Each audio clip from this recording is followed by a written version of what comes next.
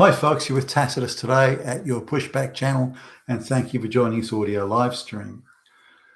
In this essay, I'd like to talk about the relationship between corruption in all across politics, but I'll focus for the moment on local councils because they're very much at the detail and the street level detail of the globalist project. So now there's a relationship, a very clear relationship, in my opinion at least, between the super pro-globalist councils and corruption and cronyism and so on.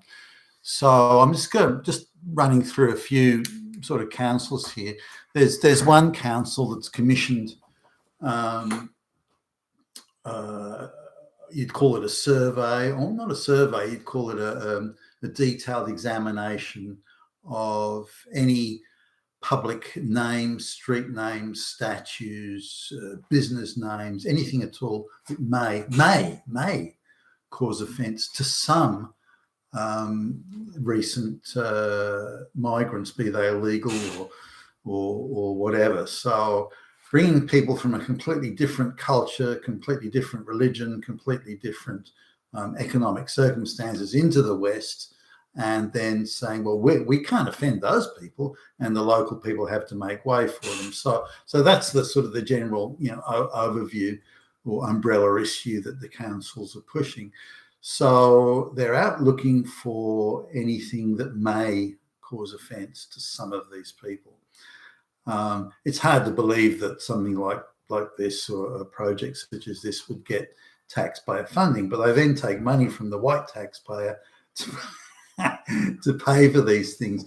So they go through every statue, every place name, every park name, every main street business or downtown business, looking at the names and the statues and so on that are there. So and then there's research done into whether or not that the statue of that person, who may have been an important philanthropic figure 200 years ago, 300 years ago, whatever, whether or not they had anything to do with possible slavery. Now the relationship only needs to be fairly tenuous, well, not fairly very tenuous. For example, let's suppose that there was a factory that was weaving textiles, fabric, cotton, say, and they were bringing cotton in from places like India or even the southern United States that may have used slave labor. Now, we don't know if slave labor was used, because out of all the the plantations, everything in the United States, some were quite small holding, others were quite big. So only 2 or 3% of the population owned any slaves at all, even at the height of the slavery era in the United States. So given such a small pool of people, the chances of getting raw cotton or the raw fabric or the raw cotton rather to weave into fabric must be fairly small. But no matter how tenuous the link. Now, in other cases, there was a statue of one of the early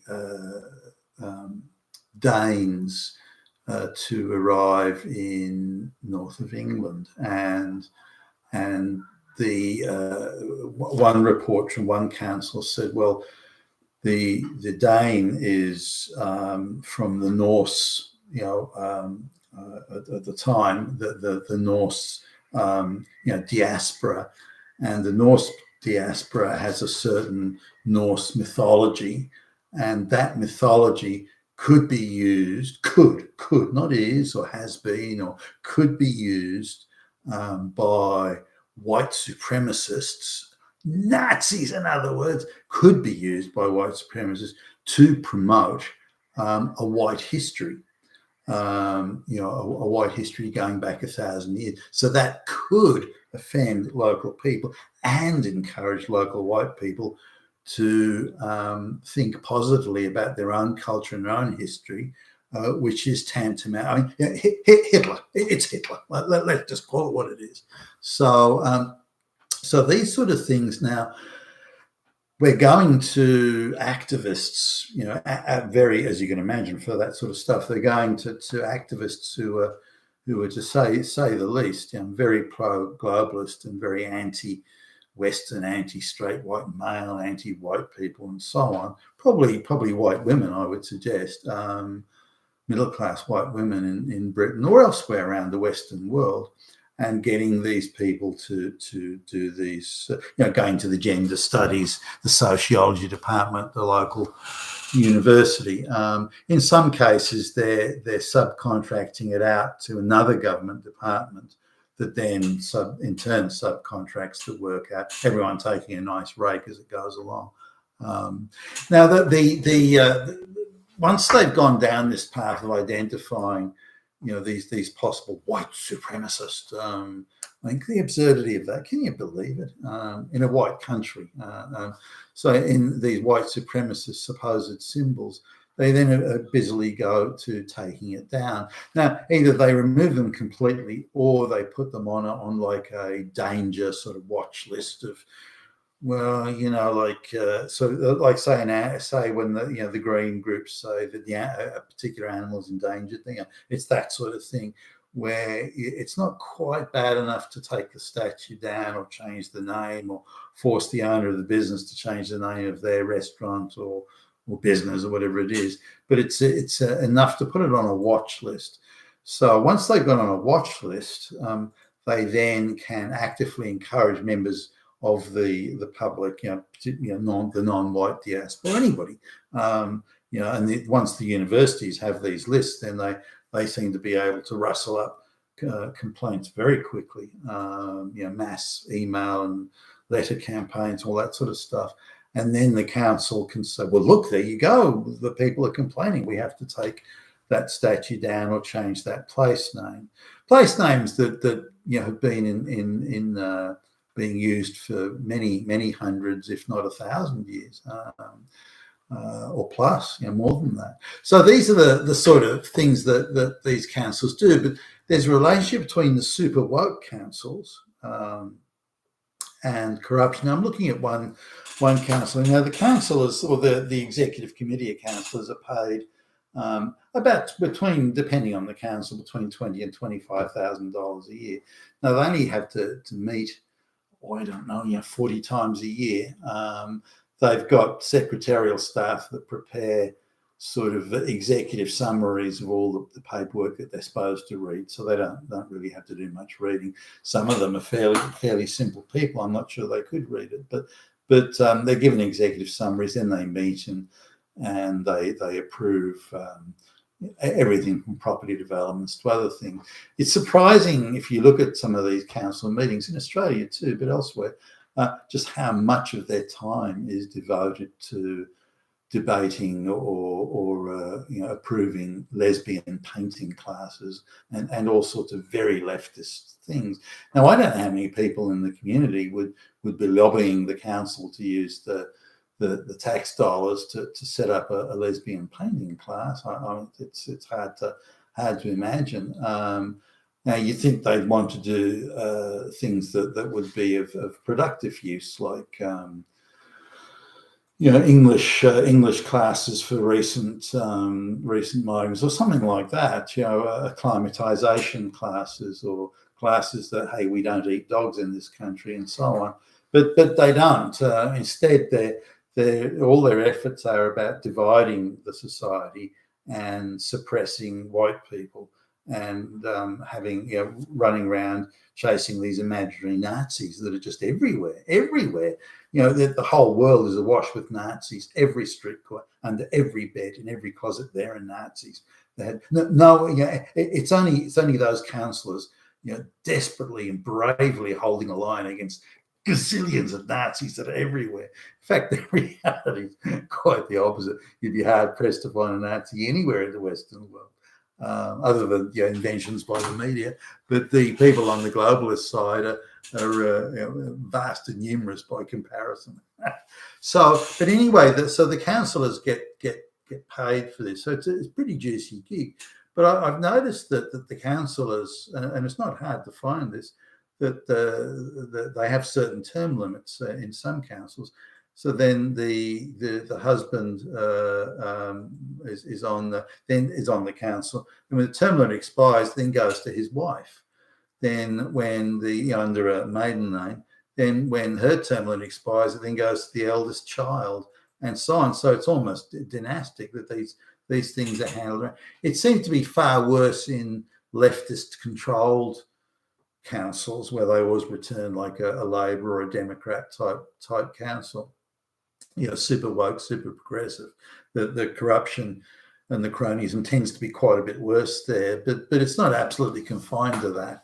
Now, once they these leftist councillors get in, they then devise special ways of rewarding themselves richly in some cases. So they're getting about $25,000 a year as an allowance, but as like a salary. The mayor or the deputy mayor, they get paid more. Now, on top of that, they then devise these special means to put more money in their pockets, such as special working allowance or something like that. And they try and put these off book, so that if a ratepayer looks at it, they still only see the $25,000 a year that the councillor gets paid. But this off-book thing, this special allowance, is meant to be for expenses legitimately incurred. But people are putting, their new BMWs and all sorts of things on these expenses, which equal between, depending on the council and the councillor, between $35,000 and $50,000 a year. But these are meant to be defraying expenses, so they're tax-free. So suddenly the councillor can be getting $80,000, $90,000 a year, and again that they've got full-time jobs elsewhere, or many of them do, working for trade unions or working for universities or NGOs or also so that they come from within that wider activist community. Another councillor owns like a cafe restaurant, and they have these weekly catering events where everyone turns up, and it's sort of a party and everything. But this councillor that owns the restaurant, they do all the catering for these parties, which is invoiced at far above what any competitive market rate would be. There's no open tenders called or multiple quotes. So this particular councillor is doing very, very nicely out of these catering things, plus various other things. Another councillor owns a car, like a taxi car chauffeuring type business. I couldn't find out if he started this up especially just because it was a corrupt backhander from the council, but I probably could if I wanted to spend the time on. But his taxi chauffeuring service has like the exclusive right to taxi and move all the council employees around. I mean, this is a clear conflict of interest, and you'd think that there'd be questions asked, but there isn't. Now, what these people are doing is also appointing a lot of very woke people from NGOs, a lot of activists, a lot of people that hate straight white males and hate Western society, all this sort of thing. So they're working actively and aggressively to dismantle and crush and undermine white society, to destroy all social cohesion, and to engage in all sorts of behaviour that's eradicating Western history, eradicating British history or Australian history or whatever. So these councils are working very, very aggressively towards that end. Now, I think part of the corruption and cronyism comes to the fact they don't have to do any work. All the policy decisions are being made by the globalist cabal, and they're just getting do this, enact that, and they're really just getting their marching orders. And so they think, well, why not? We've got nothing really to do here. We can fiddle around the edges and do lesbian painting classes. But the more pronounced their wokeism is, the more corrupt and cronyistic they seem to be. So I'm going to do a video on this shortly, but there was a Margaret Thatcher, when she was Prime Minister of Britain, as an example, was was trying to make councils more accountable for what they did, and the poll tax was part of this. I was surprised, and I thought at the time this was a grassroots thing. I was surprised at the savage turnout against the poll tax. I thought, well, why would anybody care?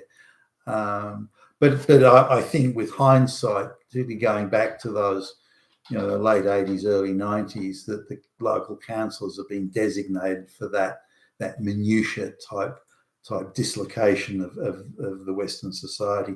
They've been that was going to be the medium, that was going to be the doorway or the entry point that they were going to use, the globalists were going to use to dismantle Western society. And if Margaret Thatcher's poll tax initiative had gone ahead, that was severely undermined that plan that the globalists had. And so I think that all that supposedly organic street marches and all the things, I think that was NGO or certainly it was the activist class went into gear, and I was just surprised how well organised everything they were. But whether they were using partly the trade unions to get in there, I don't know. But it's worthy of an examination itself. And I might do another. In fact, I'll do another video on John Major, because Margaret Thatcher was probably the last British Prime Minister that the United Kingdom had, who's nationalist, pro-Britain. Not that she wasn't unsympathetic to some of the globalist stuff, she was, but first and foremost, she was pro-British, and I think this is so. I think she had to go. So I think she was probably one of the first elected world leaders to be got rid of because she wasn't sufficiently pro-globalist. You've been with Tacitus today, your Pushback channel, and thank you for listening.